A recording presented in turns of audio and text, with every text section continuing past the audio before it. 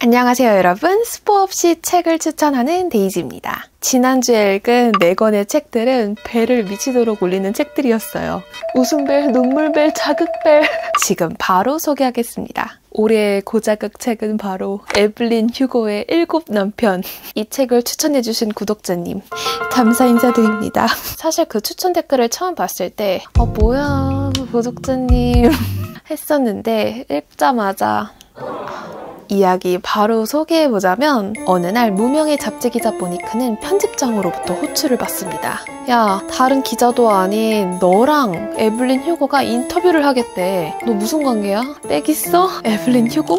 1960년대 헐리우드 황금기의 아이콘? 영화계의 전설, 육감적인 눈매로 유명한, 그리고 7번이나 결혼했었던 그 슈퍼스타? 에블린이 은퇴 후 근황조차 알기 어려웠었는데 단독 인터뷰의 기회라니. 모니크는 화려한 펜트하우스에서 여전히 매혹적인 79세 에블린 휴고를 만나게 됩니다. 그리고 그녀 입에서 나오는 말, 인터뷰는 사실 페이크야. 너는 내 전기를 써. 사람들이 진짜 이야기를 알았으면 좋겠어. 나의 모든 결혼 생활, 내가 출연했던 영화들, 내가 사랑했던 사람들, 몸을 섞은 사람들, 상처를 준 사람들, 내가 불러들인 위기와 그 위기를 어떻게 풀어갔는지에 대해 속속들이 알려줄 거야. 모니크는 그런데 왜 저요? 에블린은 나중에 알게 될 거라고 합니다. 그리고 이야기를 시작합니다. 뉴욕 빈민가에서 큐바 이민자의 딸로 태어난 에블린은 1950년 14살이 되자 본인의 아름다운 미모로 무엇이든 원하는 걸 가질 수 있다는 것을 깨닫게 됩니다.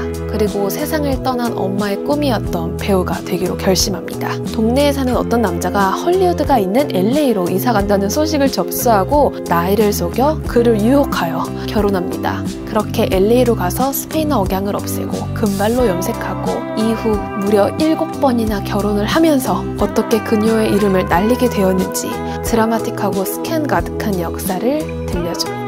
모니크는 이렇게 묻습니다. 매번 남편들 이야기가 헤드라인을 장식하다 보니 당신의 업적이 가려지게 되잖아요. 괜찮나요? 에블린의 답변, 전혀. 그들은 남편일 뿐이고 나는 에블린 휴고야. 그건 그렇고 사람들이 진실을 알게 되면 내 아내에게 훨씬 더 많은 관심을 보일걸? 네? 아내요? 궁금하시죠? 에블린은 또 이렇게 말합니다. 모니크, 결말을 쓸 때 내가 아주 오랫동안 사랑이 뭔지 몰랐다고 전해줘. 책의 저자는 전설적인 셀럽 마릴린 먼로, 그리고 8번을 결혼했었고 인권운동가이기도 했던 엘리자베스 테일러의 영향을 받아 에블린 휴고라는 캐릭터를 만들었다고 합니다. 허구, 픽션인데 제가 얼마나 과몰입했냐면 에블린 휴고의 데뷔작, 화제작을 막 검색해봤다니까요.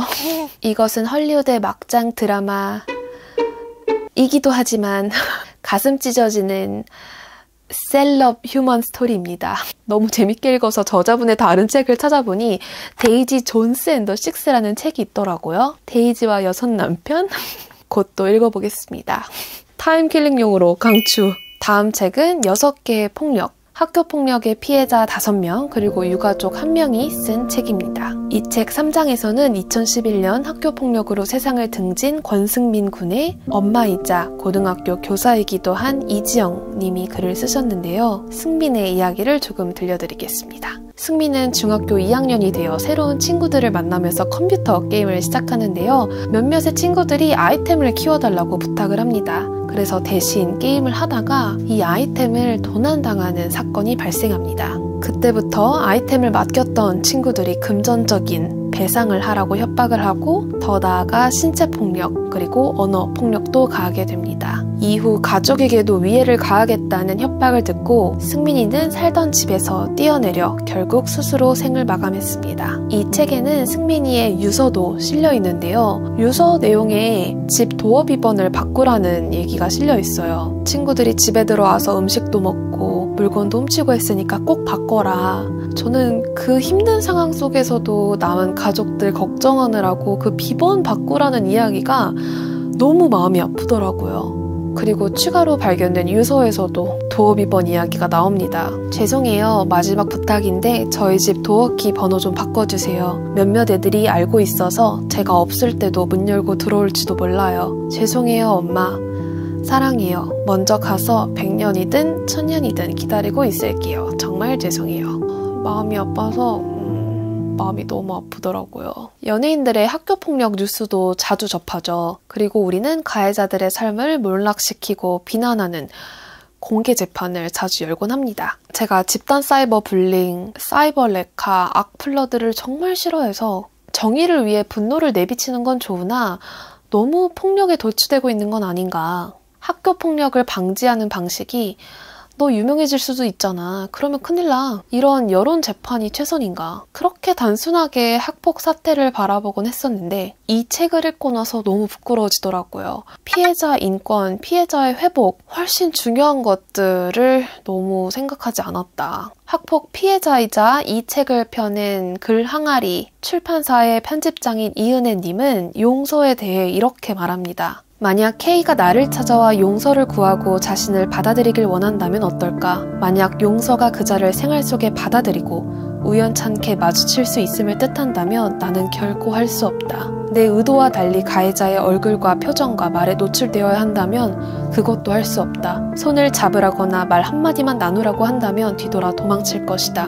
나와 전혀 상관없는 이방인이라면 나에게 잠재적 위협을 가할지 모를 존재라고 해도 받아들일 수 있을 것 같다. 하지만 친숙한 그 애만큼은 절대 안 된다.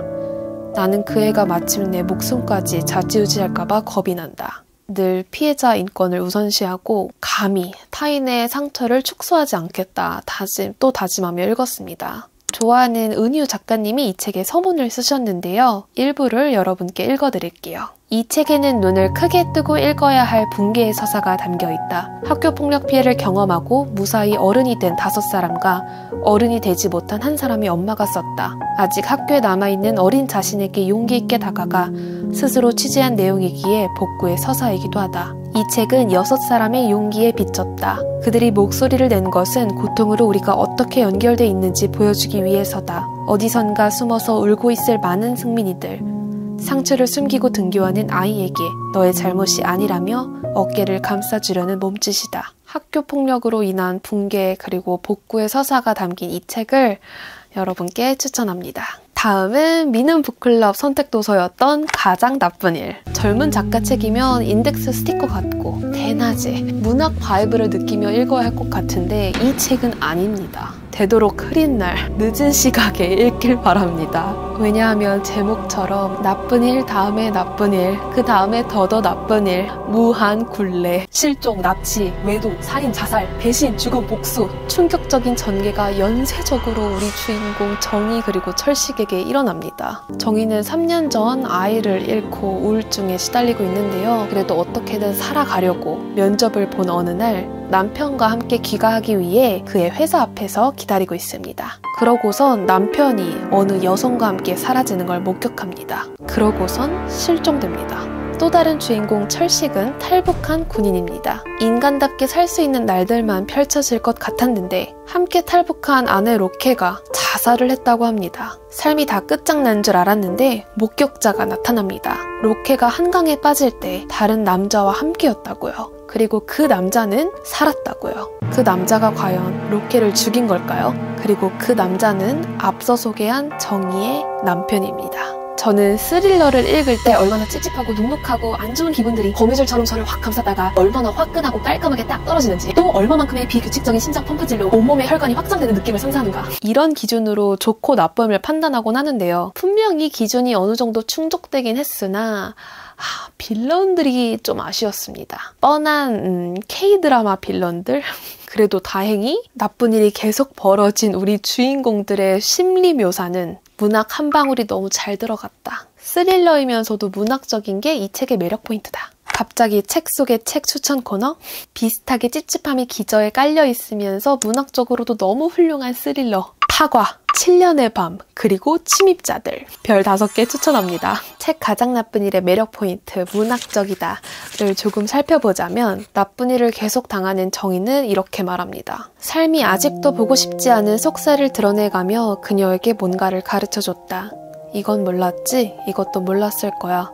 진저리가 날 정도였다. 마음이 죽어있는 상태랄까요? 그 묘사가 너무 생생해서 제발 이들에게 더 이상의 나쁜 일을 주지 마세요. 그리고 계속 기억에 남는 대목이 있는데요. 철식과 로케가 힘겹게 탈북할 때였습니다. 의식은 흐려지고 의지는 산산이 흩어지고 희망은 전부 바닥에 떨어져 다 그만두고 싶다는 생각이 들 때 철식이 로케에게 말했었다. 마음속에 못 하나만 박아. 그럼 다시 하나, 둘 걸 수 있다. 떨어진 것을 먼저, 흩어진 것을 그 다음에, 나중에는 흐려진 것도 붙잡아 걸 수 있게 된다고. 철식은 로케에게 늘 못 같은 존재가 되고 싶었대요. 작가님의 다른 책이 있나 살펴보다가 인터뷰를 접하게 되었는데 질문이 가장 나쁜 일 소설을 읽을 독자에게 한마디? 철식이 로케에게 했던 말 마음속에 못 하나를 박아보자고 말하고 싶어요. 그 하나의 못이 사랑하는 사람일 수도 있고 좋아하는 일일 수도 있고 맛있는 음식이나 반려동물일 수도 있겠죠. 아무것도 떠오르지 않는다면 이 소설을 읽어보는 것도 좋을 것 같습니다. 이 소설은 그런 당신을 생각하면서 쓴 이야기니까요. 여러분의 하루를 지탱하는 못이 무엇인지 궁금합니다. 술술 읽히면서도 생각거리를 많이 안겨주는 이 책 추천합니다. 마지막 책은 웃음벨 여탕 보고서. 올해 처음으로 추천드리는 만화책인데요. 제가 작년 말부터 식물을 기르면서 식물 관련 책들을 읽게 되었는데 가드너라면 무조건 읽어야 한다는 마일로 작가님의 웹툰 크레이지 가드너를 읽게 되었어요. 거기에 나오는 근육문 식물들 때문에 제가 얼마나 많이 웃고 교양 지식을 얼마나 많이 쌓았는지 몰라요. 그리고 느꼈죠. 아, 내가 모르는 웹툰 세상이 있구나. 알고 싶다. 그러나 그 세상에 들어가기에는 읽고 싶은 책이 또 너무 많고 제가 시즌제 미드를 잘 못 보는 것과 동일한 이유로 조금씩 나오는 웹툰을 기억할 자신도 기다릴 자신도 없었다. 그런데 생각보다 좋은 게 있더라고요. 바로 단행본. 웹툰이 완결되면 이제 종이책으로 나오는 걸 단행본이라고 하는데요. 제가 분기에 한 번 정도 만화방에 가거든요. 그런데 생각해보니 거기서 읽은 많은 책들이 바로 웹툰 단행본이었다. 읽은 작품이 많지는 않지만 스토리, 그림체 너무 훌륭한 작품들 조금만 추천드리면 크레이지 가드너, 많이 웃고 이런 귀여운 식물들을 키우게 될 것입니다. 참고로 이 친구는 사유사의 풍란 이끼볼입니다. 그릇에 물만 넣으면 알아서 자라는 친구. 죽음에 관하여 철학적으로 또 아름답게 삶과 죽음을 고찰합니다. 유미의 세포, 치즈 인 더 트랩. 드라마는 안 봤고 단행본은 봤다. 다이어터, 건강한 식생활, 운동법을 재밌게 만화로 배울 수 있다. 아홉수우리들, 29의 여자친구 3명의 일상을 재밌게 그렸습니다. 여러분, 만화방 진짜 좋아요. 3시간 이용권에 음료수 또는 라면, 이 패키지가 한 10,000원 정도 하거든요. 추천드리던 여탕 보고서로 돌아가자면 목욕탕에서의 우픈 에피소드를 그린 책입니다. 올해 웃음벨 선정. 저는 목욕이 좋다고 느낀 지 1년도 안 되었지만 갈 때마다 너무 좋다. 만족도가 계속 상승 중이거든요. 도보거리에 있으면 달 회원권을 끊고 싶을 정도? 무료로 공개되어 있는 프롤로그 그리고 에피소드 하나 여러분이랑 같이 읽어볼게요. 이곳은 여탕, 금남의 공간, 신비의 세계. 이곳의 실체에 대한 적나라한 이야기 시작합니다. 이런 그림체입니다. 그리고 냉탕 폭포수. 역시 냉탕에서 노는 게 최고야. 히힛. 설마 저 움직임은? 안 돼. 런. 돼. 시원하다. 냉탕의 폭포수는 무섭다. 엄청난 압력으로 내리꽂히는 물줄기는 냉탕 전체에 강한 폭풍과 물보라를 일으킨다. 이런 무시무시한 위력의 물줄기를 안마 용도로 사용하다니. 고운탕에 이은 여탕 속 미스터리다. 여탕 보고서를 그리는 사람으로서 폭포수를 직접 체험해보지 않을 수 없겠죠. 그래서 제가 한번 맞아보겠습니다. 저도 같은 경험을 했거든요. 목욕탕을 좋아하시거나 관심 있으신 분은 추천합니다. 핸드폰으로 보실 거면 네이버 시리즈 온에서 한 5,000~6,000원 캐시 충전하면 다 볼 수 있고 저는 2권짜리 단행본을 도서관에서 빌려 읽었습니다. 네, 여러분 준비한 책 이야기는 여기까지입니다. 사유사 원목 붕레스도 많이 사랑 부탁드리고 여러분의 구독, 좋아요, 댓글은 여러분이 상상하시는 것 이상으로 저에게 큰 힘이 되고 있습니다. 그럼 여러분 책과 함께 편안한 하루 보내세요. 안녕!